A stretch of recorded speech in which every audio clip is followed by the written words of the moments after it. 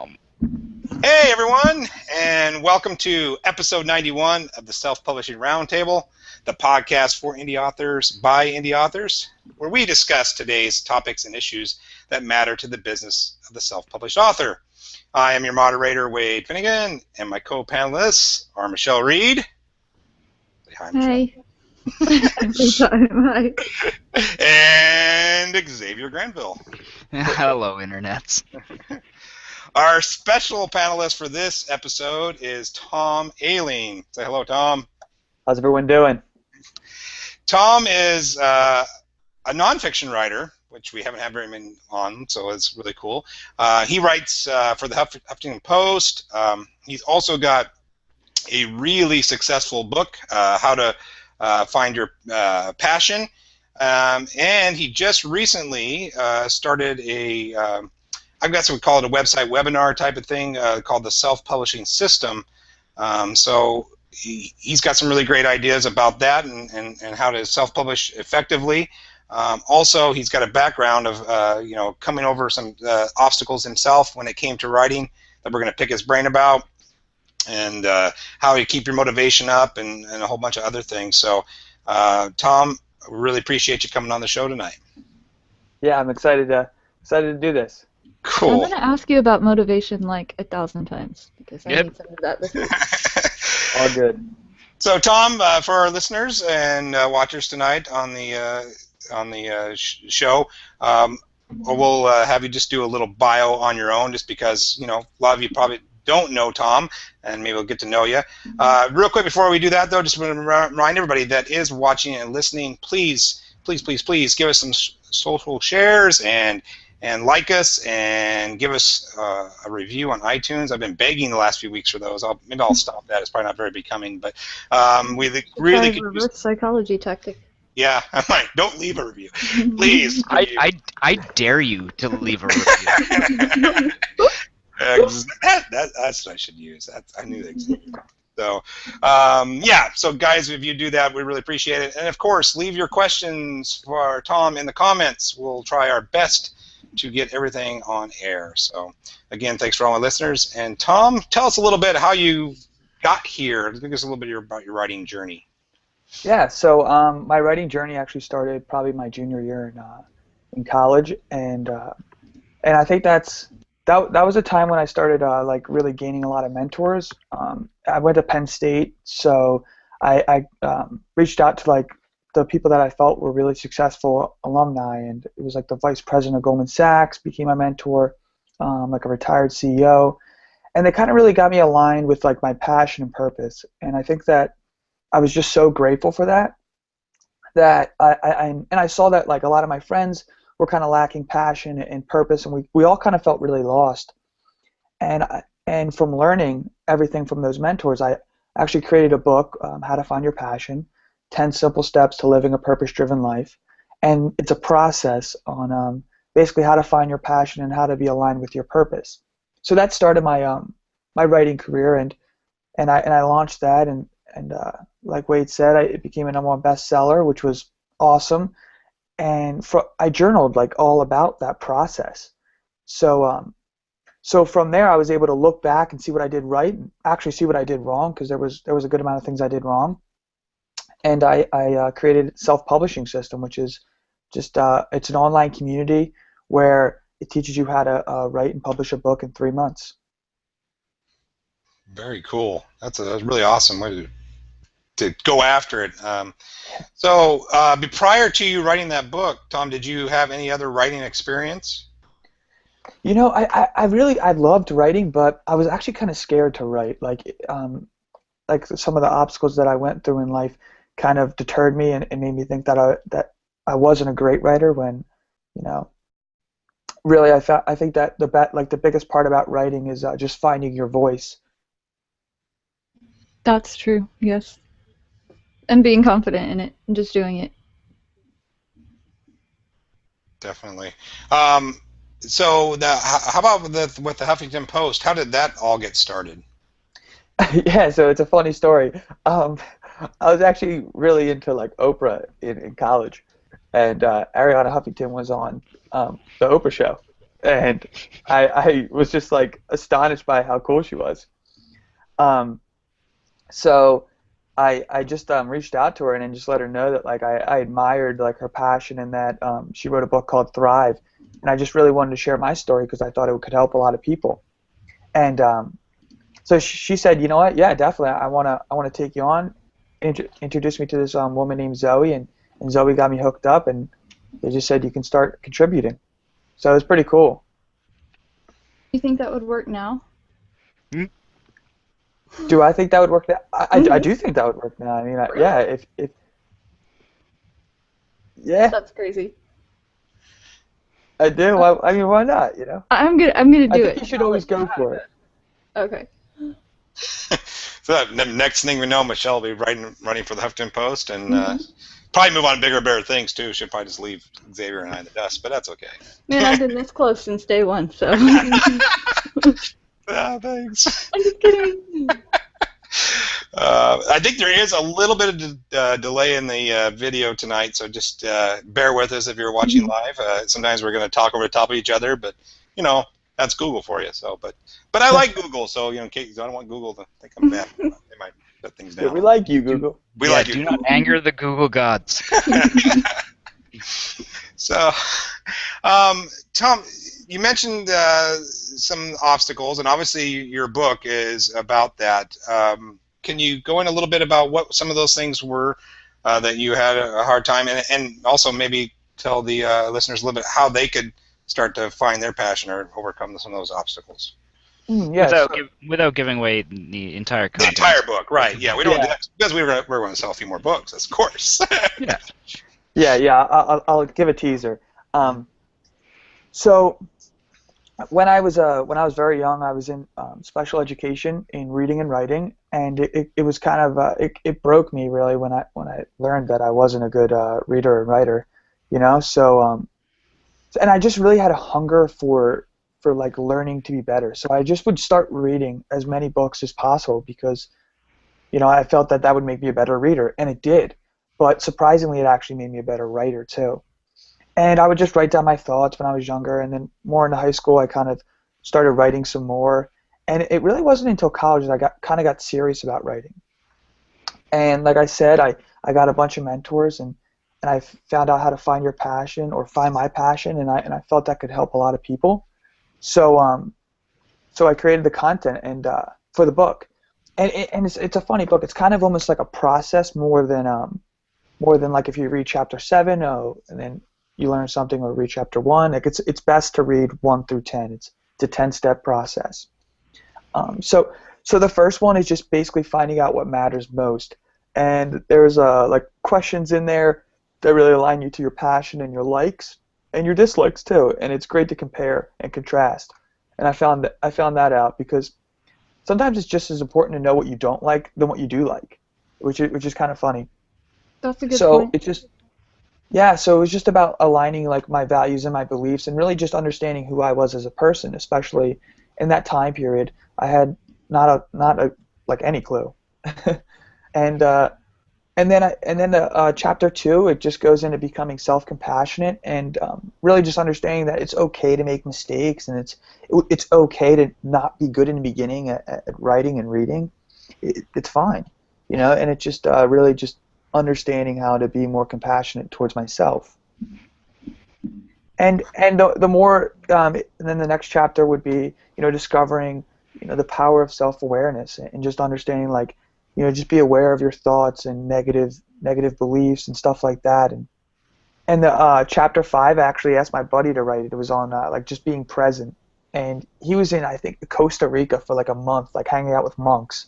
And I knew he was just so much better on the topic, so I was like, Mike, can you just write this topic? So it's actually, I have a guest writer, and he talks about presence and just like the power of being really present in the moment and where opportunities lie. And, you know, then it goes into how to find your passion, because it really, what the book's about is finding out who you are, finding your greatest gifts, and then understanding how to give it.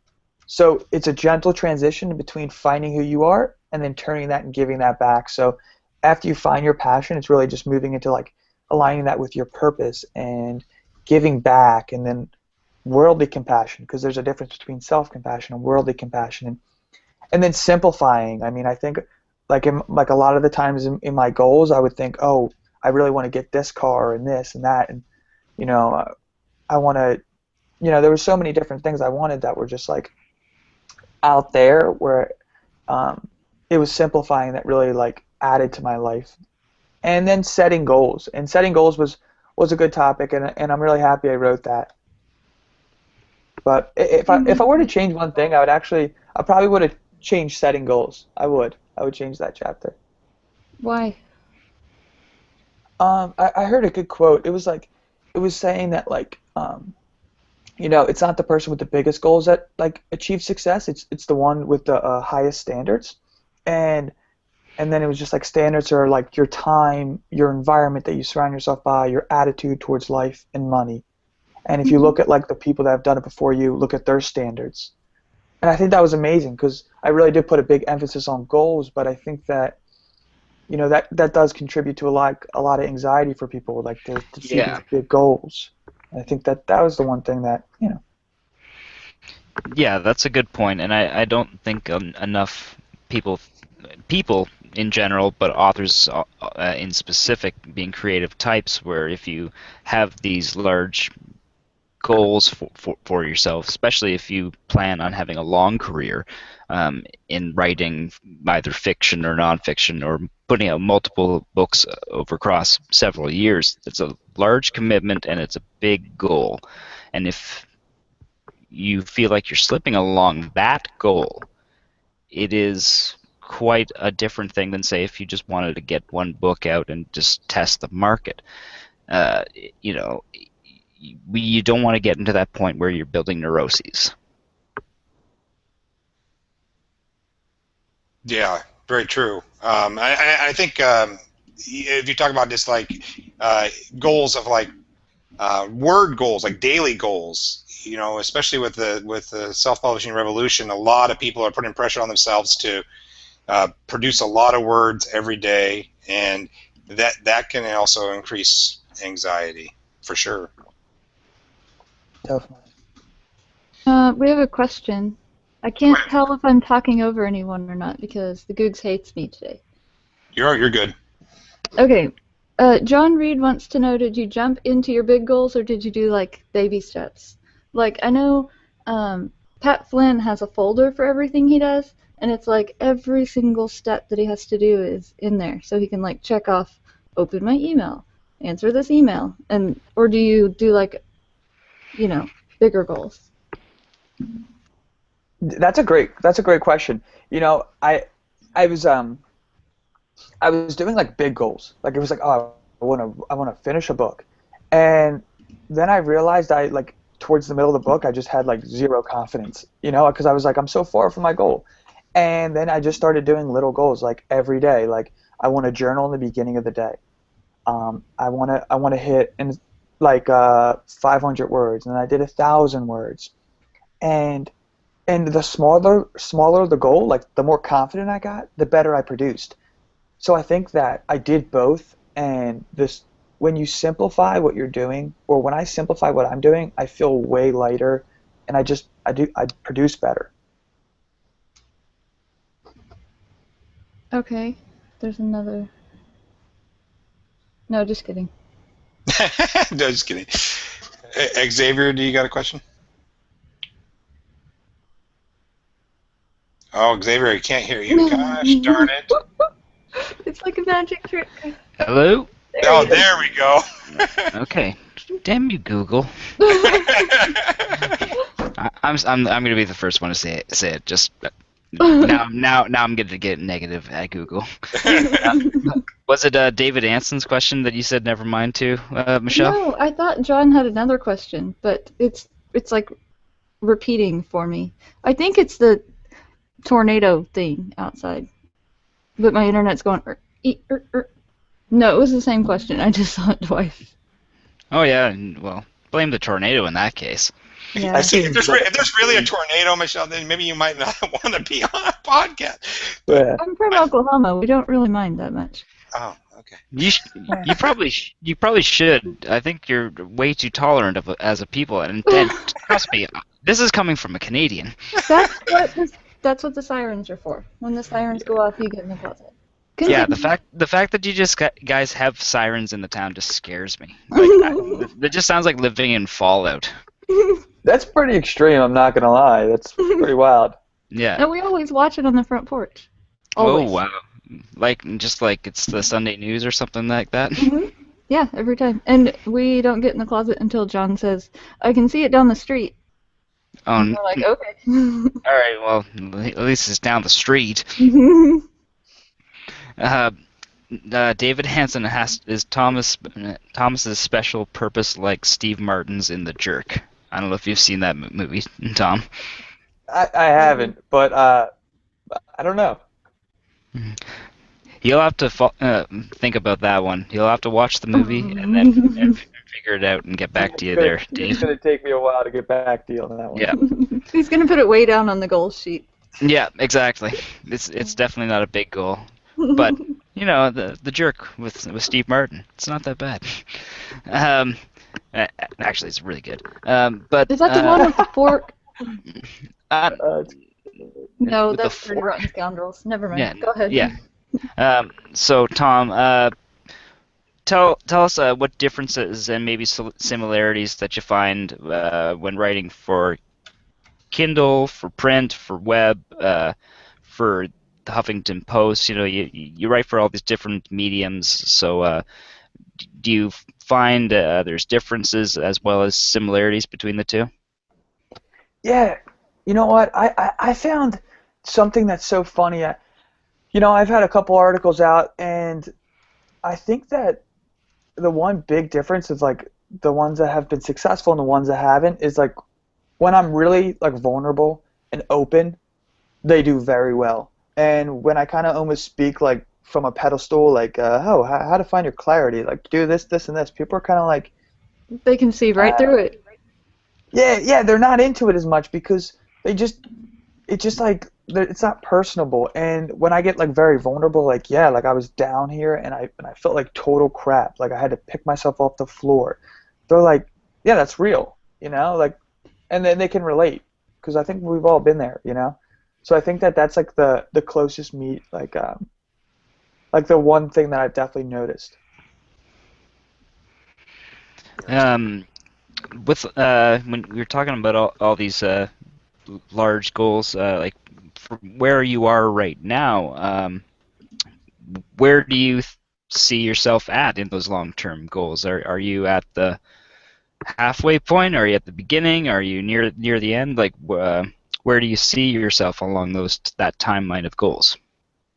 Yeah, that's a great question. You know, I kind of used to have all these cool goals, and then, you know, I kind of just like I'm gonna focus down. So with self-publishing system, like my goal is 25,000 people in 10 years. I want to inspire to write a book, and that's my goal. I mean, I think that finding your voice, what we say is we want to find your voice, help you find your voice, share your message, and deliver value.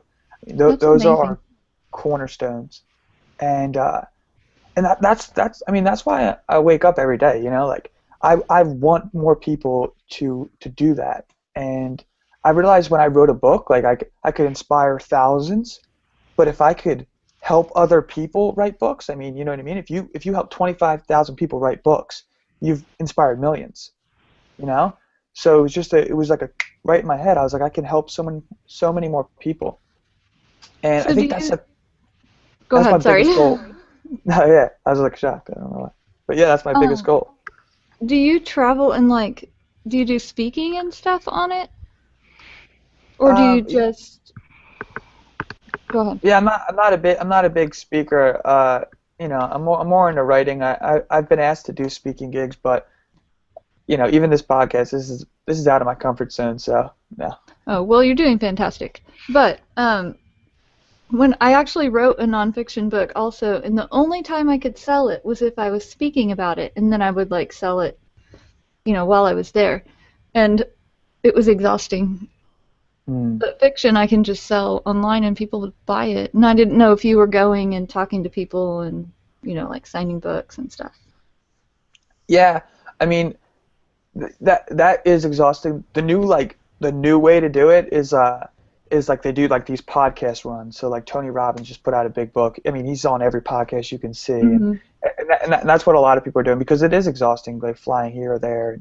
And of course, I'm not even close to what Tony Robbins is, but I'm just saying Yeah, it that's sounds how they. tiring. I only did it in my town, and I was just wiped out. I was like, this is for the birds. No, thank you. I'm going to go write superheroes or something. Yeah, I could imagine that'd be exhausting. Now, did you do Kindle? Did you launch as Kindle? No, it was with like a traditional publisher, and they didn't, Mm. they didn't do a lot with it, so Yeah. I couldn't argue. So, Tom, did you self-publish right out of the gate then, or did you try to shop it around to get a traditional deal? Yeah, I went right to self-publishing. And what was behind your decision making for that? Just what you'd heard, or? Yeah, I kind of like understood Amazon, and I knew that I could definitely leverage like where I could definitely leverage my book. Like I knew I could do that. I understood like the keyword searching. I understood something called cross categorization. I knew I could shoot it up the ranks on Amazon. It wasn't even a thought. And you could with a traditional publisher, it just slows you down like a ton. Yeah. So besides the keywords and stuff, did you have some marketing plan in place? I mean, obviously, I mean you've been very successful. I'm sure, and I'm sure it's a great book. But I mean, to get traction out of the gate, that's pretty impressive. So did you have a marketing plan in place? Yeah, at self-publishing system we call it the bestseller's blueprint. So it's a whole strategy, and it's basically just like creating this community around your book. So what I did is I created that community on Facebook, and all my friends and family, I just was sharing insights from my book constantly. I built an email list to opt into my book, and then I launched it.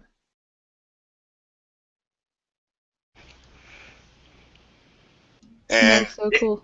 yeah, and instant success. I mean, or did that take a while? Yeah. I mean, well, like it's a system. So, yeah, it pretty much instant. I mean, the key is I could tell you guys the way to do it if you want. Yeah, if you're willing to Yes, share, of please. course. Yes. Yeah. So what you want to do is like you want to have a big announcement. So you want to announce to like a community, and that's why we've built a community at Self-Publishing System. The bigger the community, the better. So anyone that joins, they're in Self-Publishing Systems community, which helps leverage marketing and obviously grows your network exponentially. So the first thing is an announcement, and if you're just a first-time starting author, you want to actually put your book for free. It's called a free promotion on Amazon, and the key to that is most people won't give you a shot right away, right? But if the book's for free for like a couple days, they'll give you a shot. So you join a bunch of forums, and you join like Facebook groups, people that are really big advocates. You go into Goodreads, and you start like interacting with different communities on Goodreads and stuff like that, right? Hmm. And then you launch your book as free, and you're going to like receive thousands and thousands of downloads, right? Like thousands. Hmm. If you've done this announcement and you have this community, and then from there you just do like this pricing progression that we have, and once you go from free to paid, see, free and paid are mutually exclusive. So just because you've like dominated in free, once you move it to paid doesn't mean you're going to dominate. But if you've launched it in the first 30 days, you get to be on the hot new release list, and that's the key to it. This is the magic. So you have The to hot new release list for what? for Amazon. Say we're Oh, only okay. focusing on Amazon right now. I Okay. should have. Yeah, if you can have the already established community rooting for the book within that first 30 days enough to get the sales spiking, then you'll really see some numbers, yes. Oh, Totally. okay. Then you go to paid, and since we have this community, you go to paid. Amazon sees that your book is getting downloaded by the thousands, and then people just start buying it by the thousands, and that is beneficial. So that's actually how I did it. And you know, part of getting your book out there to tons of people and getting your word out is smart marketing. You know, so that's part of the bestseller's blueprint. That's so cool. So, no, I'm not going to ask that yet. Okay. I'm going to find a smarter way to say it. Because he's a smart guy. You want me to ask Kate's question? Please. Okay. Can you go into how you built your email list for starting the community, your personal? Right, so you have to see that an email list is extremely valuable. So there's two different ways to grow an email list. One, you have an opt-in for a free audiobook, which is the best way to grow an email list. And if you grow an email list, you can make a ton of money. So that's two, but that was actually the latter one. So the first way to grow an email list is just to say, anyone that wants the free copy, join my email list. Now you're going to get some people that really don't care about what you're talking about just because they want a free book, but a lot of the people you're going to get that really care. You post that on social media, Facebook, of course. Every time you do that, a chapter.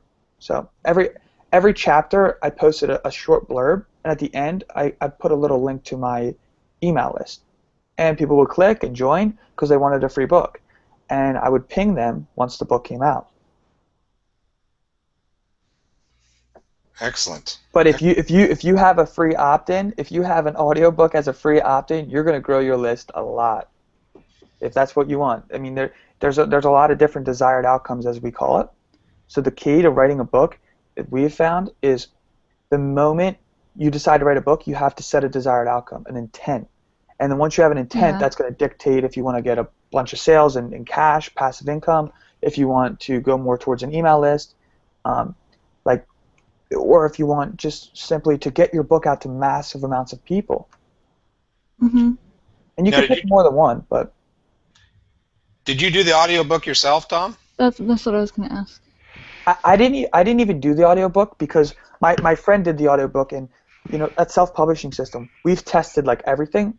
I didn't even have a hard copy for the first 4 months because we were testing a book versus hard copy and a book against not having hard copy.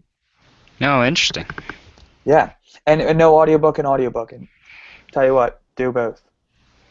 Would you think that would transfer over to fiction as well, or do you have any insights to that? Is it all nonfiction? No, so paperback without a doubt, it demonstrates higher value. So you're not gonna get too many sales. Well, you're gonna get a bunch of sales, but compared to, you're gonna get a lot more sales in Kindle, no matter what. But if you have a paperback, it shows a higher value of your book, and people are gonna buy. So even if they don't buy the paperback, the perception that because you have a paperback converts to maybe an ebook sale. Totally. Interesting. Very interesting.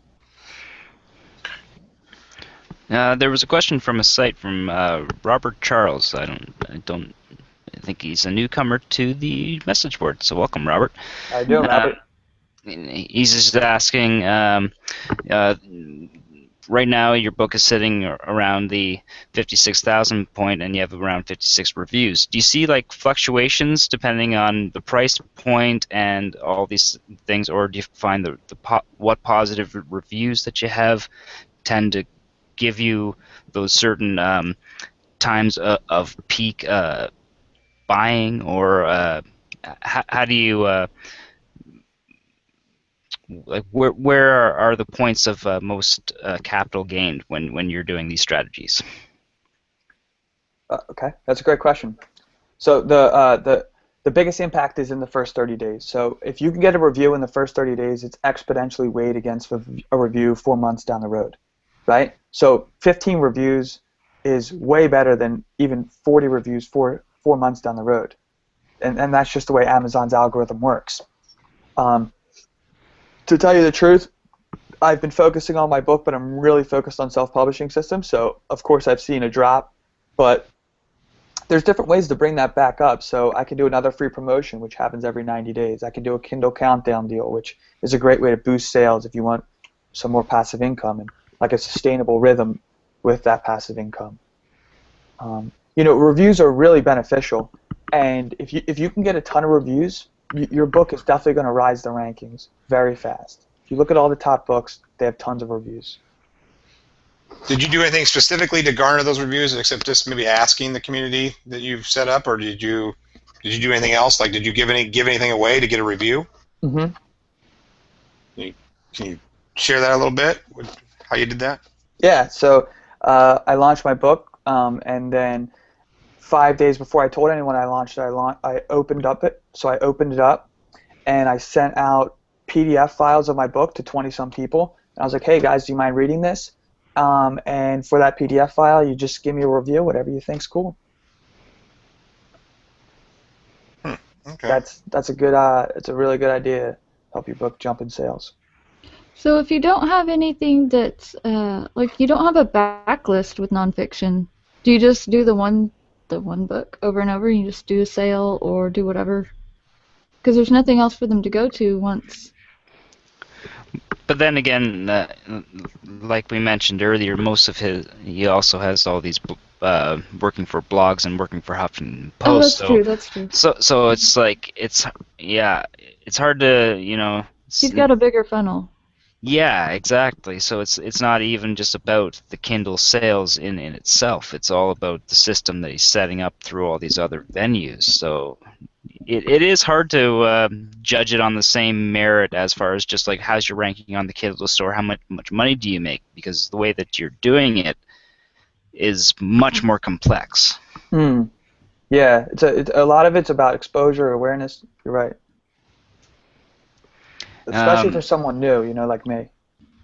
Yeah, exactly. And the fact that you were able to start at it at a young age, it's great. And I hear the same thing about myself, and I do encourage a lot of young authors, if you do feel like you have that drive to be able to do something, you should do something about it, whether it be writing something to publish this year or for next year. You should start today. Mm-hmm. It's like, when's the best time to plant a tree? Last year. Start it up. The second best day is now, right? Yeah. Yeah, exactly. And by the way, I'm pretty sure Xavier just called Wade and I old, just so everyone caught that. I'm pretty sure I'm not, but when people find out that that I'm 26, they're like, oh, what does this guy know? He's a baby.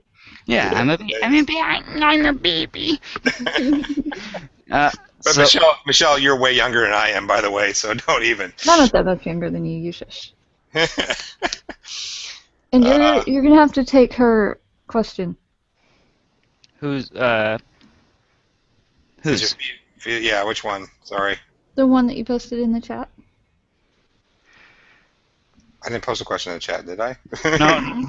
No. Wade was just asking if Michelle had okay. motivation questions. You got me all flustered, how to Michelle. work the internet. What is going on? I'm just making sure you're awake. Thanks. That's great.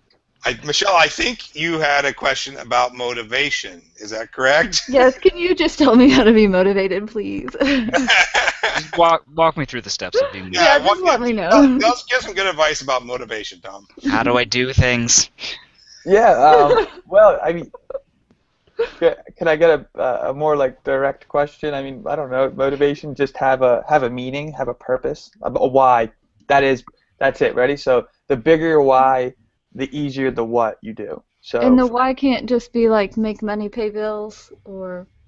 Well, you know what? That's not true. It can be, make money, pay bills. You have kids. That's a huge why. That's a big deal, and that's a huge responsibility. So yeah, it can be. I have trouble nailing down my why. Yeah, or how about if your why changes on your given mood? Is that a real thing, or is that just me being psychotic? No, that's a real thing. Because I go back and forth one, I'm like, no, I'm going to be a stay-at-home mom. I'm not going to waste time writing. And then I'm like, but I have to write this thing because I just thought of it. And then, when sales don't go well, it's disappointing. And, because it's no fun to not be a bestseller. So then you get discouraged. I guess just I answered my own question. I should just fish. Here's a specific question. Do you write every day? You personally, do you write every day? Yes. Okay. I read and write every day. Okay. I learned that from James Altucher. I don't personally know him, but Mhm. he says read and write every day. I read his stuff every day too. I think he's brilliant. Patrick Stemp, that's his favorite. One of our other listeners. I totally had to skip there. What was the name of that author you just said? James Altucher. James Altucher. Mm-hmm. And Patrick Stemp likes him too. That's a good. Oh yeah, he loves him. So what does your schedule look like, Tom? I mean, are you? Is that your sole income? Is this through your writing?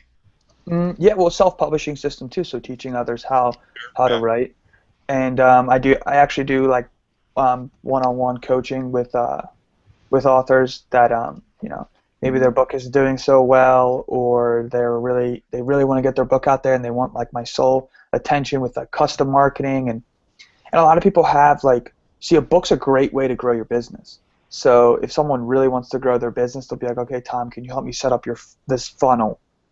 So it'll be like, okay, you're going to want to write your book and you're going to want to funnel it into your business, and then actually your business, if it's really big, then you're going to want to do like an event, and then you build like a funnel. Like what kind of event would you like? Would that be like a? Well, just you give me some examples. What kind of event would they do? Yeah. So how about so this guy Chris Reed, he's doing a book on kettlebells, and he also wants to personally train people. And I hope he doesn't mind me sharing. And and then he also wants to do like an event, like a retreat, right? So if you look at those price points, I did them in order. So the book is the lowest price point, and then he wants to coach people one-on-one. So a book's a great way to attract customers, and it's like attracting customers and searching for customers. Like a book is, I heard it's like searching for customers is like having a butterfly net and searching for the butterflies, and attracting customers is building the garden, and the butterflies come.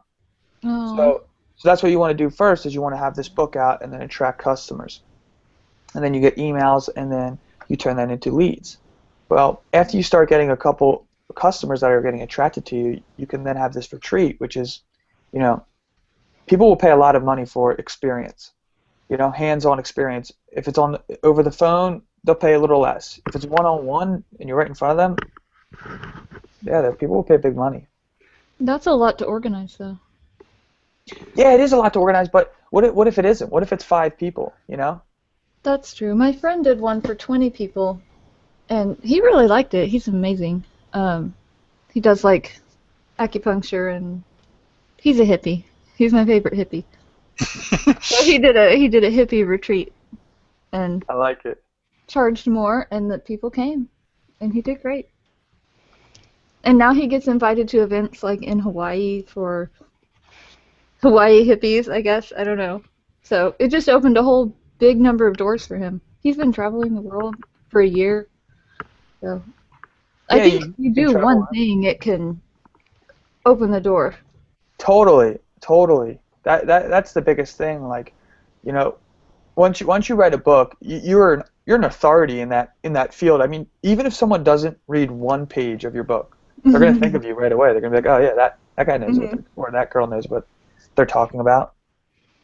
If your name's on the book, yeah.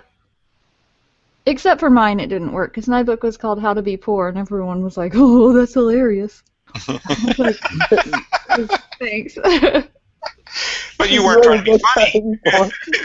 Yeah, I wasn't trying to be funny, but man, that was a hoot, apparently. That's definitely like to grab your attention. I know. That's what I thought. That's a great title. Yeah, I like that title. Yeah. Once they got past making fun of me, then they all bought the book. So whatever. Yeah. Yeah, whatever. I don't know many people that are Google searching how to be poor though. That's true. I mean, that might be. No.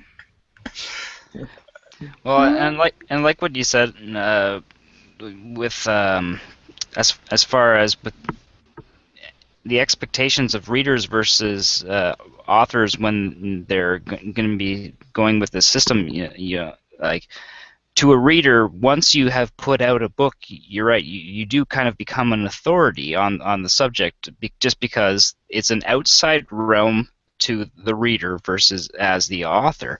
And just the fact that you have a book out to some readers is impressive in itself. And a lot of writers do forget that sometimes. And when you do speak to people one-on-one, or if it's just like, how many times in a social gathering or at somebody's wedding or at a bar or something like that, and you just happen to have a paperback copy of something that you have, and you just impress someone for a moment with the fact that you have a book out. Those are nice little things. Those should matter in your life, and if it's not translating to sales, it should be translating into happiness. Xavier, it's so funny that you say that. Like the root word for authority is actually author. Yeah. So it's like, it just happens. Very true. Now, the only thing is, like, Xavier, now you're an authority on dinosaur noir, but it's all right. Well, I think that was always the case. Probably true. Yeah, before I even wrote the book, if you asked me about Casablanca, I would be able to tell you about Casablanca. If you talked to me about Jurassic Park, I didn't tell you about Jurassic Park. Totally off the subject, but are you excited for the new Jurassic Park movie? Yeah, why the hell not? Like, there's a lot of people who have a lot of things to say about it, but fighting my nostalgia, I'm always optimistic about any kind of new addition to a franchise, as long as they don't off the top have a lot of crazy things. Michael Crichton, the author for the original two books, had said that he had said no to a third Jurassic Park movie up until he had died, because some of the scripts that he were getting in were having like raptors flying helicopters, and he would just have to say, no.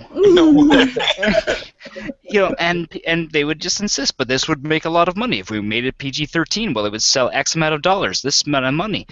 Like, it's just awful. Yeah, it doesn't matter in the end, because even if you do make a lot of money on that box office flop, you will be forever known as the box office flop. Very true. Yeah, you gotta stay true to yourself there too, and I think maybe that's something like Tom was kind of alluding to, right? It's just the why can't always be extrinsic money, even though I think some of our live viewers might say otherwise. But I mean, money is nice. Don't get me wrong, and it does motivate me. But doing something because it's what you want and what is right for your audience, I think, is equally important, or if not more so. So, yeah. But I'm excited for the movie, though. I think it's going to be a good movie. So, go ahead, Michelle. No. Now I'm thinking about Jurassic Park again. Never mind. Well, and I like how you brought up giving back, Tom. Like, not enough people consider that when they're writing things, because it is art in the end, and to some people it may have a difference on their lives. It's not to say that it's going to have a working difference, like it actually like influence their decisions or something like that. But the fact that they spent the time on it, just obviously it influenced them to spend that time on it. Yeah, and that's amazing. I mean, if you go back to what I was saying about standards, time is the #1 thing. So I'm honored, like, even to be on this right here and you guys spending your time. Like, I think time is unbelievable when people decide to spend it with you. Yeah, time is a finite quantity. So yeah, when giving up time is huge. It's also hard to do when it's not fun, and sitting down to write every day is not fun. It can be. It can be, but it's not always. I liked James Gunn on Facebook this week, and he was like, sometimes it's really super fun, and sometimes it's just horrible, but I still do it anyway. And I was like, okay. I kind of equate that to exercise, right? There's sometimes when I exercise and I think that was pretty cool, and then sometimes I like, man, this is somebody shoot me now. It's horrible. But your end goal is, Right. it's either more important to you or it's not. Right. So Tom, what does your daily routine look like? How do you go? Do you structure your day each day, or how do you do that? Yeah, I do. So every day I wake up and I eat eggs every day. And then I do that too. yeah, I love eggs. And then I actually will journal. I'll read and then I'll journal. And I just ask myself like a few questions just to get my mind set and ready to like be prepared for the day. I really get inspired. That's like the first 2 hours I get inspired, which is a long time. But and then I'll do like my first like task of the day. So I only have like 3 tasks of the day, and I kind of make them small. And I make sure I accomplish all of them, so I feel really light, like kind of like the thing you told about Pat Flynn, Michelle. And that's my day. So and then that takes me to about 1 o'clock, and then I do like emails around 12 or 1, and then around 2 I read again. And I usually read James Altucher's blog post, and then I'll write like my own type of post. I'll write even if I don't publish it. And then around 3 or 4 I go and work out, and I come back home and I go over emails and I read a little bit more and like pour in more content. Does the Huffington Post stuff keep you fairly busy? I mean, are you writing for them on a daily basis, weekly basis type of thing, or? No, it doesn't. It's just on inspiration, really. You know, and I've written it for like Addicted to Success, and I'm actually working on 2 articles right now, so it's gonna be cool. Awesome. Well, it's good that you can have the ability to jump back and forth between focusing on how to market on Amazon versus putting out something on Huffington Post versus doing something on a guest blog, or etc. And that's something that we don't hear enough about because we tend to have more fiction authors, so it tends to be our focus is on sales numbers directly on whatever vendor that they're specifically selling on, and usually it's specific to Amazon. So because you're across these other platforms, it makes it it's interesting to to hear that, because not enough people find that to work for them, or at least admit to it, or at least we have examples of. Yeah, that's interesting. I mean, just for sales numbers, I know that like a couple techniques are just like, from $2.99 to 99, from $2.99 to like basically $10, $9.99. You get 70% royalties, and I found for my book the hot spot where I was making the most was between like $3.99 and $5 for Kindle. Just a little tip. Yeah. Is there another question from the site, Michelle? No? They are going so fast I can't. They're talking about eggs and fiction, and like I said, it keeps messing up for me. So Xavier, if you see something. I'm trying to take a quick look too, but go ahead. Or Xavier, if you have a question, go ahead. Sure. Yeah, no, I'm trying to keep up with the comments as well. And they're going fast tonight. Robert Charles seems to be a little confused about what the self-publishing system course in itself is. I kind of try to explain that it's a self-publishing tips, but more focusing on, like you said, expressing your passion and doing it as a long-term goal, not so much as the help me make a bunch of money fast. Like you can do these steps of a long-term goal within 3 months, like you are explaining. But it's not about doing it as fast as possible. It's about having those drives of doing it correctly. No, I know, that's what I did, but some people do it for the money. I mean, self-publishing system is just a system that teaches you how to write and publish a book in 3 months or less. And if your desired outcome in the beginning is to make passive income, well, then you're going to make passive income, and you're going to write a 10,000 word book instead of a 20,000 word book. You're going to niche down very particular so that you're just pumping out tons of books. You know what I mean? So, Okay. so it's a system that it's a rinse and repeat. You can use this system to publish 3-4 books, and you're going to be making a good amount of money with 3-4 books, even if they're 10,000 words. Yeah, if you are, yeah, that's a good point. And if not enough people, like we tend to have a lot of novelists on as far as long format. Sometimes we'll have serials on, but as much as there is not a huge market for short stories and stuff like that, every now and then there will be an example or of someone that will make it work for them by using what they have available. And we don't have enough examples of those, and usually they don't stick out.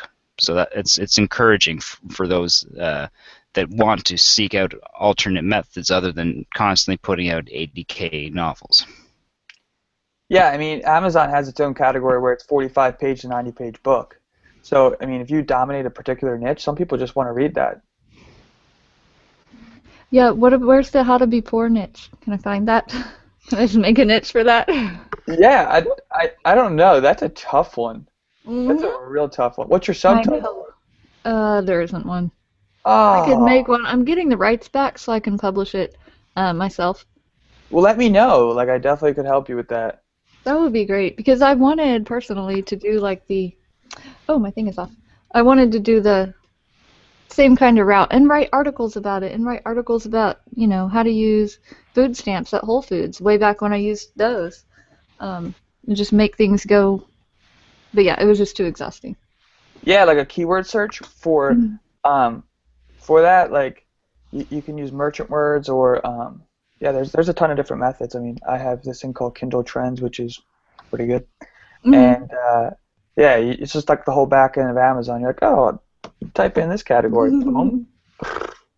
Yeah, I was gonna do that, and then I thought, no, that's too hard. And I couldn't do anything with the publisher having the book, so. Yeah, that's the worst, I feel like. So I just emailed them, and they were like, sure, you can have the rights back. And I was like, you think? Because you're not doing anything with it. How long ago did you put that out, Michelle?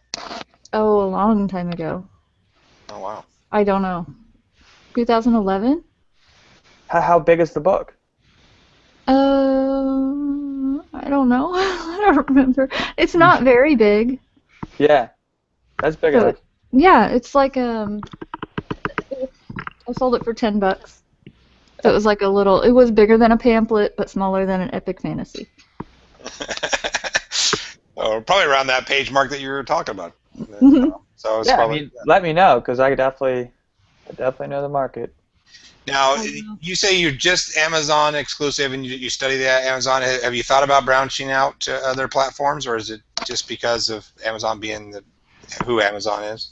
Yeah, well, Amazon's the largest bookstore there is, so yeah, it's pretty much just Amazon. I mean, when you create space is pretty much tied in with Amazon, so it's Amazon. Amazon's the king right now. That's very true. Very, very true. Yeah, there's no point in fighting it. Just go with it.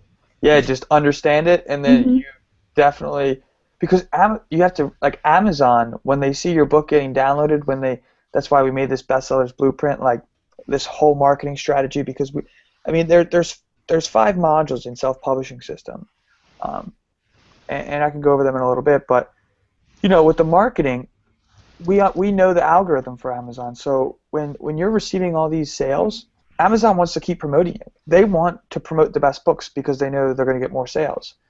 But sometimes they don't know what the best books are. They just go with the book that's interacting with their algorithm the best. Oh, that's true. So you said there's 5 modules. What are the 5 again? Or did we? I don't know if we covered that actually. Yeah. So self-publishing system. If you joined, you would you'd be a part of an entire community. Everyone that joins is connected, which is the community aspect of leveraging. So the first module is mastering your mindset, and that's about like avoiding self-sabotage. I did that a lot, which is pretty funny. It's about peak performance, like the writer's routine, which we call it, which is basically setting up like proper environments. So I think that like a lot of writing, which helped me become like a better writer, was my environment. I heard it quote like, it's an environment's the reason why you wouldn't like act like you're in a nightclub in a library, and why you wouldn't read a book in a nightclub. So environment is very powerful. What else would you do in a nightclub besides read a book? No, you wouldn't do that in a nightclub. I Only would. Michelle I'm a would. designated driver. All right, well maybe, but I don't think. No, but yeah. So that's module one. It's basically just brainstorming your book idea too. Module two is about building your book, and there's 3 volumes to that. Then it's like we call it creating a championship book cover design. So your book cover design is very important in sales. Creating a title, a compelling and super clear subtitle, learning how to leverage keywords. Module 3 is positioning for a power push, which is basically just like one thing 99% authors don't do. They don't set up an author central account, which could leverage all your books, and if you have multiple books, make sales very easy. We talk about the art of storytelling, which is like building a book description. Module 4 is about promoting with purpose. It's the bestsellers blueprints in there, social media marketing magic. It's just a whole lump sum of. We talk about building an email list. And then module 5 is the after launch, so attracting customers, the 7 streams to sell copies after your launch, the 9 next moves to magnify your book name. So it's really in depth, and there's a whole community to follow the whole way. So it's really encouraging. That's a really brief description of like the whole system. Nice. I think you did good though. Thanks. Yeah. Definitely. Oh, it's a great system. I mean, like we've been at it for like 5 months, just like all the information we know about Amazon, all the information we know about launching a book and writing a book, and yeah, it's wild. Well, it's good that you're doing the research, and so that way those who, I guess, don't want to, can at least have resources like that to, to find some answers, and that's the great thing with the internet. There's so many opinions and so many people putting out similar things with great ways of not only pooling knowledge, but also meeting new people, and I think that should be one of the key goals. Like build a community and seek equals and seek those that are your hires and your minors too, because they're all important. How do we? I know we're running out of time, but how do we join your thing? How do we go about doing that? Yeah, so you would just go to selfpublishingsystem.com, and there's a free video series, so it teaches you how to get started right away, and then from there, we opened up the cart like 24 hours ago, so people are joining right now, which is like super cool. That's so cool. Yeah, it's definitely cool. So and not everyone has even seen the final video, which we say, hey, the cart's open, but yeah, it's fun. Yeah, so just selfpublishingsystem.com, and you put in your email address and you're in. Well, you're into the video series, and then yeah. That's so cool. Nice. I'm gonna put that in the comments. And I like how it has a very similar method as like Nick Stevenson's 10K videos. I was just thinking that, yeah. These things just work because it's never wrong information. That's the great thing about people that actually care about the information, is that they do want to get it out there for free. And if there is a premium service on top of that, it tends to be worth it in the end if you do want to follow through with those things.